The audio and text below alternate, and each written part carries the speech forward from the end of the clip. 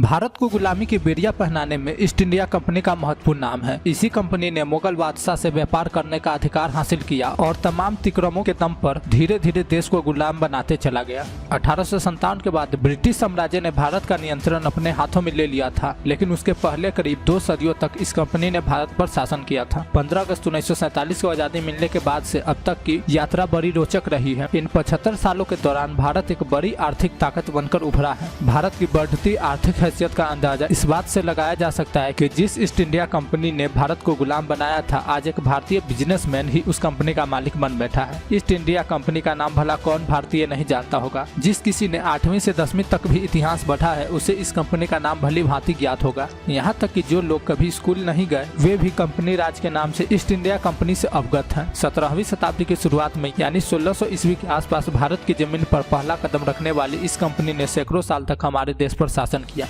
1857 तक भारत पर इसी कंपनी का कब्जा था, जिसे कंपनी राज के नाम से इतिहास में पढ़ाया जाता है। एक हिसाब से कहे तो ईस्ट इंडिया कंपनी भारत की पहली कंपनी थी, भले यह भारतीय न होकर अंग्रेजों की थी। इसी कंपनी ने भारत को गुलामी की बेड़िया भी पहनाई। एक समय यह कंपनी एग्रीकल्चर से लेकर माइनिंग और रेलवे तक सारे काम करती थी। अब मजेदार बात यह है कि भारत को गुलाम बनाने वाली ईस्ट इंडिया कंपनी के मालिक भारतीय मूल के बिजनेसमैन संजीव मेहता हैं। मेहता ने ईस्ट इंडिया कंपनी को खरीदने के बाद इसे ई-कॉमर्स प्लेटफॉर्म बना दिया। अभी यह कंपनी चाय, कॉफी, चॉकलेट आदि की ऑनलाइन बिक्री करती है। ईस्ट इंडिया कंपनी की स्थापना 1600 में 31 दिसंबर को हुई थी। इस कंपनी को बनाने के पीछे एकमात्र उद्देश्य ब्रिटिश साम्राज्य और औपनिवेशीकरण को बढ़ावा देना था। ब्रिटेन के उस दौर के बारे में एक कहावत बहुत प्रचलित है कि ब्रिटिश राज में सूरज कभी अस्त नहीं होता। सूरज के परिक्रमा पथ की परिधि से भी ब्रिटिश साम्राज्य को बड़ा बना देने में सबसे अहम योगदान ईस्ट इंडिया कंपनी का था। कंपनी मूलतः व्यापार करने के लिए बनाई गई थी, लेकिन उसे कई विशेषाधिकार प्राप्त है, जैसे युद्ध करने का अधिकार। कंपनी को ब्रिटिश राज्य ने यह अधिकार अपने हितों की रक्षा करने के लिए दिया था। इस कारण ईस्ट इंडिया कंपनी के पास अपनी ताकतवर सेना भी हुआ करती थी।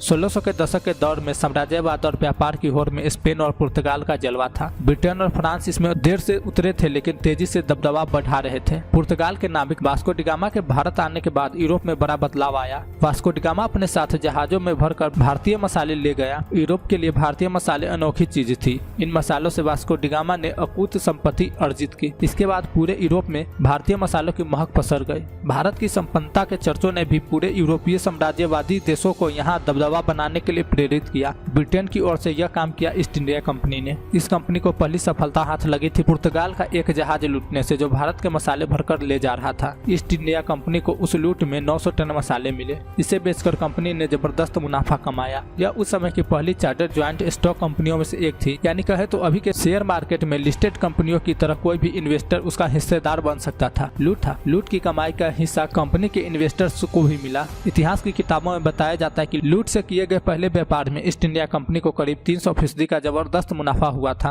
भारत में सर थॉमस रो ने मुगल बादशाह से ईस्ट इंडिया कंपनी के लिए व्यापार का अधिकार हासिल किया। कंपनी ने कलकत्ता से भारत में बिजनेस की शुरुआत की और बाद में चेन्नई, मुंबई भी उसके प्रमुख व्यापारिक केंद्र बने। भारत में ईस्ट इंडिया कंपनी को सबसे पहले फ्रांसीसी कंपनी डेस इंडेस का मुकाबला करना पड़ा। 1764 ईस्वी की बक्सर की लड़ाई कंपनी के लिए निर्णायक साबित हुई। इसके बाद कंपनी ने धीरे धीरे पूरे भारत पर अधिकार स्थापित कर लिया। 1857 ईस्वी के विद्रोह के बाद ब्रिटिश साम्राज्य ने भारत का शासन कंपनी के हाथों से छीनकर अपने हाथों में ले लिया। बहरहाल अब यह दुनिया के सबसे अमीर कंपनियों की गिनती में कहीं नहीं ठहरती। भारतीय मूल के संजीव मेहता ने 2010 में $15 मिलियन यानी 120 करोड़ रुपए में इसे खरीद लिया। इसके बारे में आपकी क्या राय है, चैट सेक्शन में बताएं। वीडियो पसंद आए तो वीडियो को लाइक करें, चैनल को सब्सक्राइब करें तथा इस वीडियो को अधिक से अधिक शेयर करें। मिलते हैं अगले वीडियो में।